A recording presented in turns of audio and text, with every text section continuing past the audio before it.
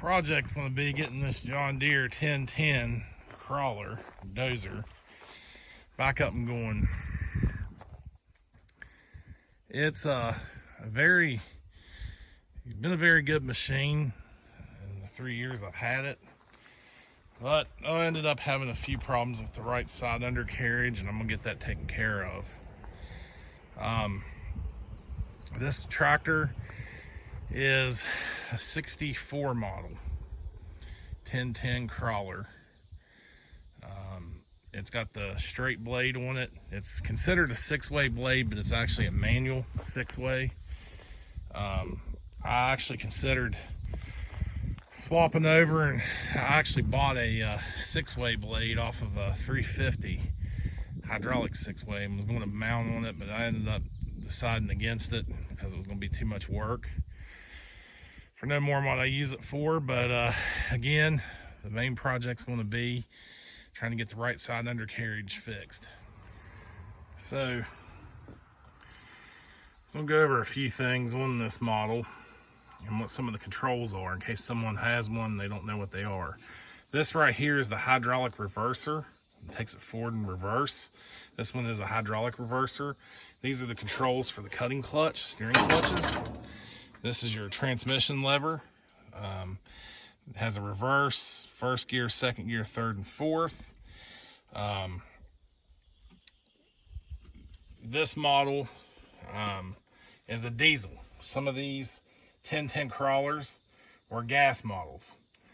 I looked for a while before I found one, and I chose to go with the diesel model because a lot of people had told me the gas models are good, not that they're a problem, but you know, they just say that you can push more and they have more torque, which naturally they would be in a diesel. I can't say anything bad about the gas model. I would have bought one if I'd found one in good shape, if it was priced right. But again, so far this model's been pretty good for me. I've had my first real problem with the right side undercarriage last year, and I bought a few parts, and I'm gonna try to get it fixed.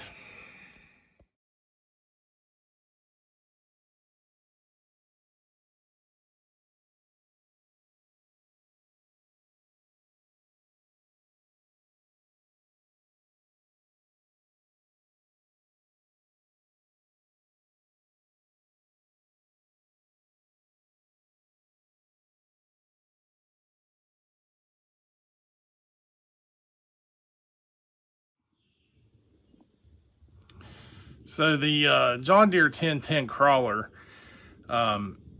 is, 60 years old, and I understand that. When I bought it, I didn't expect it to be a modern day, dozer by any means, but just for pushing a few dirt piles and cutting out a few roads and knocking down some stuff and dragging a few logs, it does fine for me. One thing I can say that I am thankful for on it is it does have a 540 PTO on the back. I thought about purchasing a pull behind brush hog for it. I just never have. It does have a drawbar, of course, but that might come later. But for what I use it for, it does fine. I would recommend anybody that goes to buy a 1010 or a 440 or one of the older crawlers like that, to definitely realize and understand you'll have a part source. Know your part source. I'm lucky enough, about 2 hours north of here, there's a guy that has a lot of parts for the 1010 crawlers, 350s, dozers, and the 440s. Has a lot of parts, very reasonably priced. He's only about 2 hours from here, up above Parkersburg, West Virginia on the Ohio side. So that's a good source for parts to have, and I do recommend that. Also, I'd recommend buying a service manual or an operator's manual for that particular machine if you're ever looking for one of those models. I purchased one. I'm going to upload a picture of it from eBay, and it's helped me out a lot with knowing some of the parts and what's out there, and how to handle some things and make adjustments on it. Also, there is a company in Ohio called Paint Valley Equipment, and they do manufacture a lot of new undercarriage parts for those models. So that's a good source also to have if you happen to be looking at one. All right, so I brought the Hobart Champion 10,000 down behind the TO30 tractor.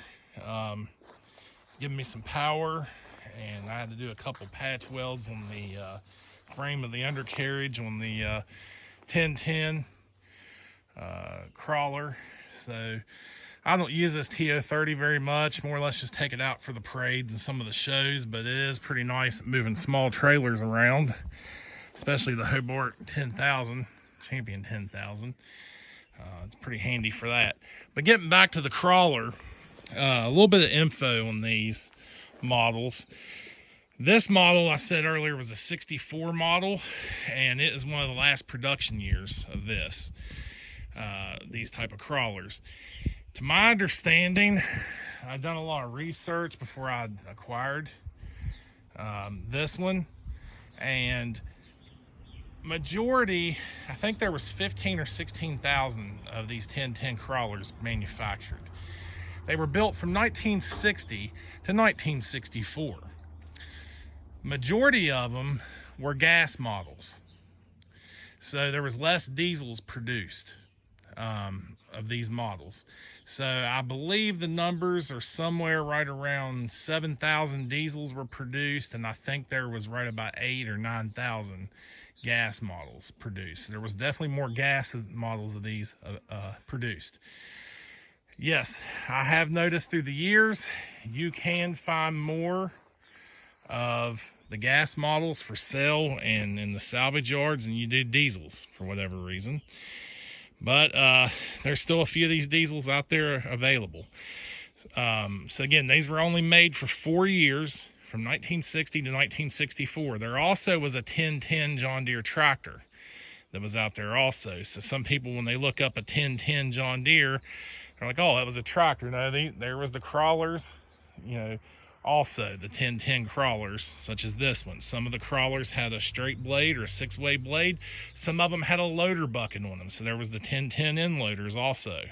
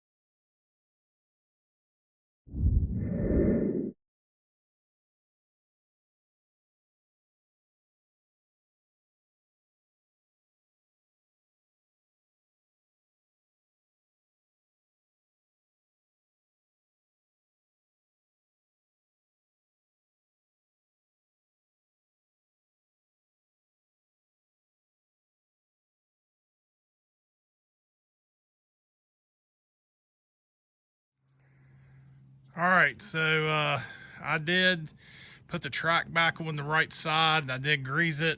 I need to make some adjustments. You can see I got a little bit of sag over on that side, which I've run out of grease. So I still got to finish greasing it. I got it moved, got the track back on, got it greased up. So that's that. Hopefully once I get the other side greased up, don't have any more problems, I can get it back out and start using it a little bit. But I have some pictures I'll put in the video of the way I got the track back on when it come off. I'm not saying it's the right way, but I was able to get it back on. One thing I've learned with these older crawlers, messing with them, is keeping them greased is everything, because these tensioners, the springs and the tensioners on them are what they, I guess, call hydraulic tensioners. So you got to keep grease in them. And I wasn't real good when I was using it last about greasing it every time I took it out, which is my fault. Again, it's not the best running old machine. It's not the prettiest one, but for once in a while, and what I got to use it for out here, it's fine. You know, like I said, it's, you know, I would eventually like to be able to get a newer dozer, but for what it is, you know, it does what I need it to do. Honestly, I sometimes think the skid steer can work circles around it, and I can take the skid steer with chains in a lot of the same places I take it. But for most part, I still like using this for dragging some logs, and again, you know, cutting through some areas. It's a heavy machine. Like I said, it's about 40 horsepower range. It can still push a lot. It does smoke. I did adjust the timing a while back, but you know, I've got a little bit of blow by, but you know, it does smoke a little bit. But you know, I'm not going to soak a lot of money in it. I'm just going to use it, keep using it like I have. Take it out when I need to, and you know, use it when I need to. You know, it's just a good old vintage piece to have around.